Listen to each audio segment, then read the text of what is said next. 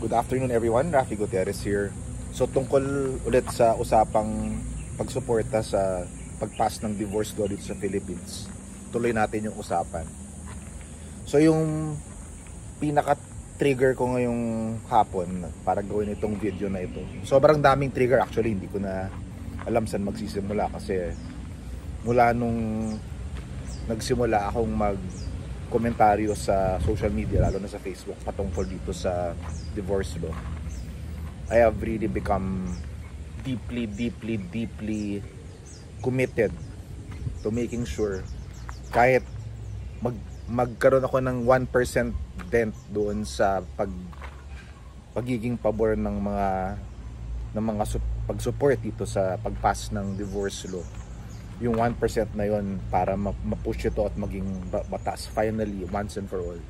Gagawin ko lahat kahit di na ako matulog, makapag-react, makapag-comment, gumawa ng video, whatever it takes from my end, masuportahan ang mga gustong, yung mga sobrang nagising na sa katotohanan ng pagkahipokrito at walang saysay nung isang kamote na religion dyan, para ipagdikdikan na ipaglaban yung side nila na hindi dapat going solution ang divorce para magkaroon ng second chance ang mga tao sa buhay.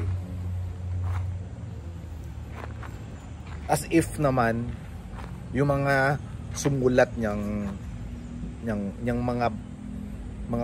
mga polisiya, mga regulation, whatever you want to call it, yung sakramento na yan, nga sila mismo hindi nga sila kasal kasi bawal sa kanila mag-asawa, diba? Isipin niyo, diba, sobrang logic, diba? Kunyari gagawa ka ng bahay, magsisik ka ng guidance from a medical expert, diba? Or kung meron kang legal problem, pupunta ka sa computer expert, doon ka kukuha ng guidance. So patungkol sa isang bagay na ang dalawang tao magsasama habang buhay, ang nag-formulate nung mga palisiya niyan, mga tao, wala pang ang babae, puro lalaki na noong 1300 something. Sobrang tagal na panahon. Even yung time na na-form yung Sacrament of Holy Matrimony, diba? Ilang beses na nagkaroon ng changes para ma-consider, diba, kung ano yung sitwasyon ng mga tao ngayon, diba? So, yung mga nakikita kong nakakatawang nagpo-post na sinasabi, kung hindi nyo kayang panindigan yung till death do us part, diba, mag-live-in na lang daw. So yung gusto kong iparating lang ngayong umaga dyan sa mga patuloy maging kamote sa pag-iisip about itong divorce law, sige, wag nyo i-pass yung divorce law. Forget about this whole thing. Wag na natin gawin yan, diba? Wag na natin gawin yan. Pero pag hindi nyo ginawa yung divorce, dapat merong alternative. First, yung annulment na wala naman sa Bible, 'di ba? Nakakatawa, pinagdidikdikan yung annulment pero wala naman sa Bible, 'di ba? Ang talino talaga. Okay.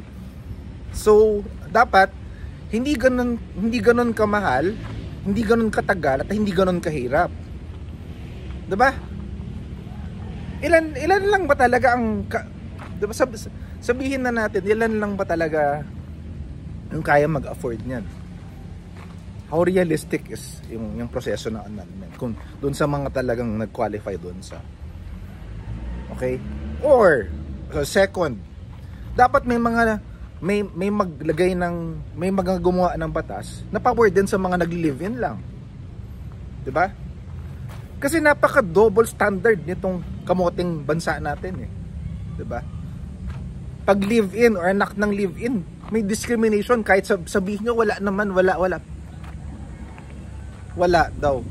Dapat walang dapat patas ang laban kung sinasabi ng mga kamote mag-live-in na lang yung mga hindi kayang panindigan yung kasal, huwag rin kayo mag-discriminate. Huwag nyo i-consider na kasalanan ang live-in dun sa palpak ninyo at walang kwentang theology. Theolo. Never mind. Sorry, in Tagalog ko minsan. Telolo. Mamaya i-correct ko yung pagsabi ko ng theology sa Tagalog. Teolohiya. Ayun. Okay? Yun, so, diba? Mag-live-in. So, yung isang ginawa kong crowdsourcing ng isang araw kung anong mas kasalanan. Kung live-in or divorce. Mas maraming nagsabi kasalanan ng live-in. Pero yung alternative nung maraming anti-divorce, mag-live-in na lang daw. Ano ba talaga? 'Di ba? So, yun yung second. 'Di ba? Yung third, ito yung mahirap sa lahat. Kung hindi pwede ang divorce, hindi pwedeng gawa ng paraan na hindi i-discriminate ang mga live-in. Ito, ang challenge ko. Ano yung suggestion nyo? Kung ang annulment nga, sobrang hirap. Meron pa bang? Ano pang choice? Diba? So, ang weird kasi, may mga nakasama kaming Japanese nung Saturday. And itong mga Japanese ito may asawa. Diba? So, dahil close enough naman ako with them, tinanong ko sa kanila, hindi ba sa Japan ba? Dahil nga, sa Japan and every other place in the world where divorce is recognized, except the Philippines, because we're also fucking hypocrites in this country, right? Tinanong ko, aren't you guys worried that you have divorce in place and your husband or your wife can just file for divorce? Natawa yung mga namatay katatawa, yung mga friends ko na Japanese. Kasi sabi nila, why will they get worried about the presence of divorce kung wala namang problema yung marriage nila? 'Di ba? So, huwag na kayong magpaka-hipokrito, kayong mga kamote na anti-divorce. Kasi sa totoo lang, feeling ko lang, kung nagkaroon ng divorce, kayo yung una mag-apply diyan eh, 'di ba? Niloloko pa nyo kaming mga pro-divorce, 'di ba? So, mga hypocrites, kamote na hypocrites pa, 'di ba? So, yun lang, sana magising na tayo sa katotohanan na unang-una yung basihan, yung theology behind the sacrament of holy matrimony na nagsasabi na dapat kung ano-ano, 'di ba? Lahat ng mga nakasulat diyan, sinulat ng mga lalaki na never nag-asawa, 'di ba? Or nag-asawa man sila, they had to leave the church pa rin. So ayun, isipin niyo kung may mga paringan na umaalis ng simbahan or na excommunicate, 'di ba? Tayong mga mere mortals pa, 'di ba? So, konting isip, tama ng pagiging kamote, please. Okay? Maraming salamat po. Please share this video. Support divorce, go divorce. Pass the divorce bill. Okay? Mga senators na pro-divorce, salamat na hindi hawak ang itlog ninyo ng simbahang kamote.